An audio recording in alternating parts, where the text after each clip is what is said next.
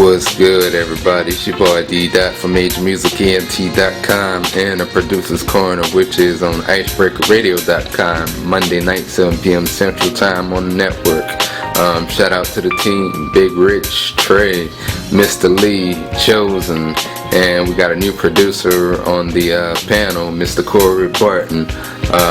Be dropping a lot of knowledge on the pro audio and engineering side of things, along with Big Rich and Trey. I of course do a lot of the marketing on the radio show, teaching a lot of producers how to market their music as well as artists, because the same thing applies both ways. And if you got any questions for us about marketing or pro audio and engineering, listen to the show, tweet one of us. Me, I'm at DEEDOT81, D.81 on Twitter, and visit the site as well. Again, MajorMusicENT.com and IcebreakerRadio.com. Not only is it for producers, but also DJs, artists.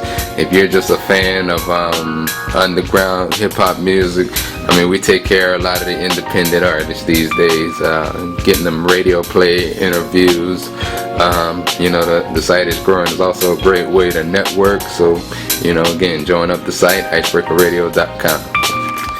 Reason I'm doing this video is I get a lot of requests about what kind of gear am I using, what kind of software am I using, and a lot of producers that are up and coming also asking what's a better program to use. And first and foremost, I'm gonna just say right off the bat that I don't believe one particular program is better than the other. I mean, personally, when I first started producing back in 2001, I actually started out on Magic's Music Studio.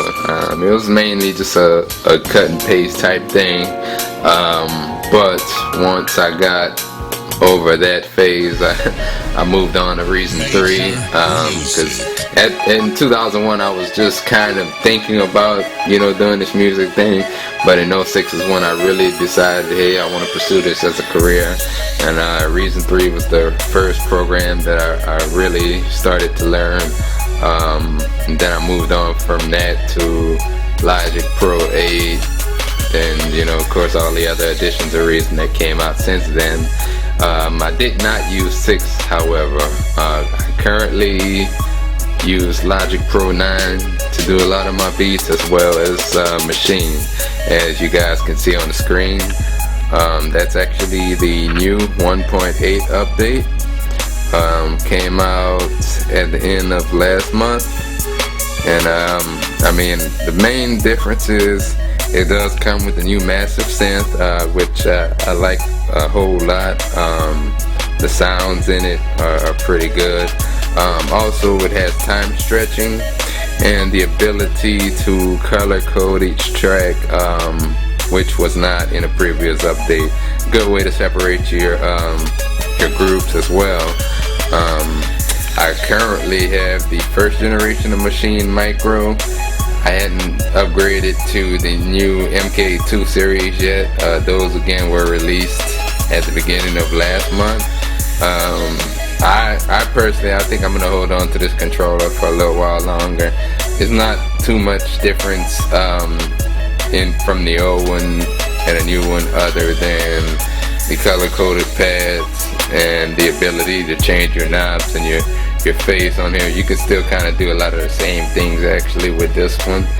I just personally didn't think it was really a big difference to change at this point.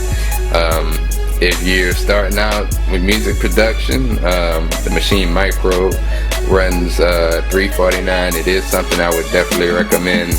I like the workflow, like the sounds included in it, and then it's just something different. Again, kind of like I was saying earlier, I used Reason and Logic Pro pretty much the majority of the time I did beats. I used the MPC 2000 at one time actually as well. That one I ended up selling, I want to say about 2 years ago. But MPC is pretty cool as well. Maybe I'll get another one day, but I'm pretty satisfied with what I'm using currently.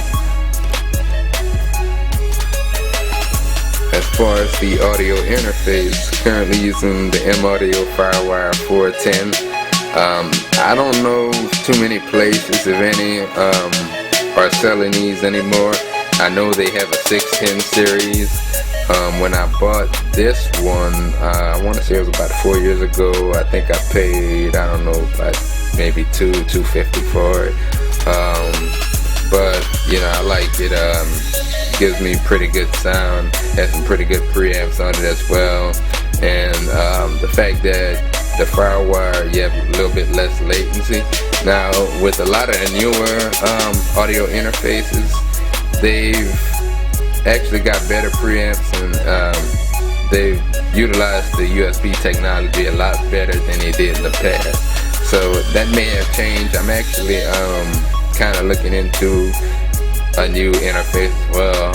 Haven't decided yet, but I'm looking at a couple from Focusrite. Maybe I'll get one in the next couple of months, I don't know, but so far so good. I like this one. I'm pretty satisfied with what I've been getting so far. Alright, as far as the keyboard that I'm using, still the same one from the previous video. It's going to be the Axiom 49. They also make a 25 key. I actually had that one, but it ended up breaking on me. And I think they have a 61 key. Now this is also a older version of the Axiom. They kind of switched it up a little bit as far as the overall look of it. Still pretty much the same function on both of them. And I think it also comes in white too, if I'm not mistaken. But I mean, this is pretty good, especially for playing the keys in something like Machine or Logic. Because in Machine, of course, you're gonna have just the board. That's all it comes with. But I mean, it will pretty much work with any MIDI keyboard out there. I mean, you can pretty much control everything from here, as far as play, stop, forward, back, record, and then it even has you can basically route your channels, whatever you have laid out in your program. It can kind of be laid out the same right here, and you can adjust it from right here without having to actually go into your program. So sometimes, I mean, you really don't even have to use, like in Logic, I very rarely use the actual buttons in there unless I'm kind of doing something that I can't do on here.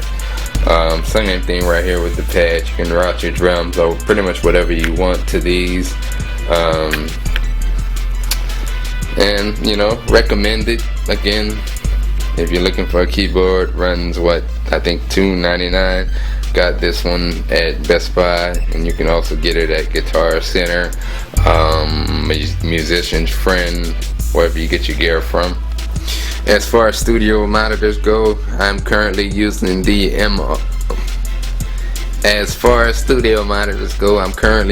KRK Rocket 5s.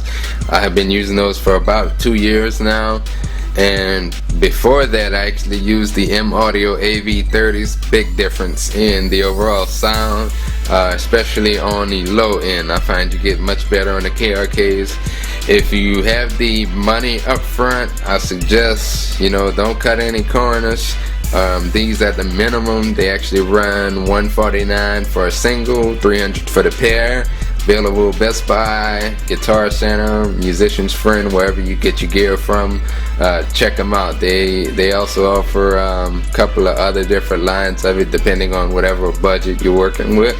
Yamaha also makes some pretty good studio monitors. I definitely recommend checking them out, as well as M-Audio and their higher end speakers. I mean, the only reason I bought them at that particular time, I was kind of on a budget. They were okay, but I definitely again suggest, if you got the money to spend on some better studio monitors, go ahead, spend the money. As far as the computer that I'm using, still the same one from the previous video as well. MacBook, 2.4 gigahertz, 4 gigs of RAM, and I'm using a terabyte in the hard drive. I actually upgraded that from a 320. been using this one. This is actually a 2008 model. Still works good for me. One of the things, if you're using PCR Mac, I definitely like the Macs that are out right now. I think most of them have either an i5 or i7 as far as the processor, and you're gonna get, I want to say you might get the terabyte in the hard drive as well. I had to actually upgrade this one, kind of like I was saying before. But you should be fine. Like if you buy a Mac, I mean most of their computers come ready to go right out of the box. PCs, most of them as well, you can get by with an i3 processor, but I recommend at least an i5 or i7 if you can. 6 gigs of memory. I mean, I know I said I'm using 4. Works pretty good for me. Probably will upgrade to something else first part of next year, but I mean, I'm getting the job done with this right now. You definitely also pictured right here, you know, the external hard drive. This is 500 gigs, just to back up a lot of my sessions and music and video. Anything you want to back up in general, you can put on here. Make sure you got everything organized in folders properly, because you don't want to be searching for sounds, or if you have some very important people that want to buy some music from you, you want to be able to go right to your source and be able to send it right away. But it saved me a lot. I actually had a previous Mac that died on me, and I lost some stuff, but I didn't lose everything. And luckily I had the external hard drive. It actually was a different one at the time, and when I got a new computer, I didn't really have much that I had to replace, but it kind of did also motivate me from the stuff that I did lose. I ended up making a lot more beats, and you know, the more beats you make, the better you get. Right here, what we have pictured is we got the Stanton T62 turntable, mainly used for sampling. Also got the Phono preamp from BBE. That is going to be used to basically route the audio from the RCA input to the 1/4 inch jack into the Firewire 410, and that's pretty much how you get your audio from your turntable into whatever sequencer or DAW that you're using. These typically run, I want to say, about $40 at Guitar Center. You may or may not need one, really depending on what type of turntable you're using. I know a lot of them these days are starting to use USB. Right here, this is the M Audio mic. I do not use this to record music with, but more so to do podcasts and things of that nature with. Actually, at one time I did use this to record for a little while, but of course wasn't giving me the sound that I was looking for. I'm going to show y'all the mic that I'm actually recording off of. But again, I mean, this one, if you're just starting out, it's kind of cool if you want to just get a feel for the recording process. These run $99. I think they come with a light version of Pro Tools as well. I've never really used Pro Tools. I've always used Logic to do a lot of my vocals with. These available everywhere: Best Buy, Guitar Center, Musician's Friend. Decent mic to start out with, but not recommended long term. Alright, so this is the final piece to the lab. The microphone Yeti Pro, which is made by Blue, runs $249. Anywhere you can buy music gear, I'm sure it's available. Best Buy, Guitar Center, Musician's Friend. And the thing I like about this mic, not only does it connect through XLR, but it also connects through USB. So if you're on the go and you know, if for some reason you didn't bring an interface or you don't have an interface, you can still use it through that USB port right there. I know a lot of tablets actually are coming out with a lot of programs you can use on both the iOS as well as Android. So portable recording is starting to become more and more popular.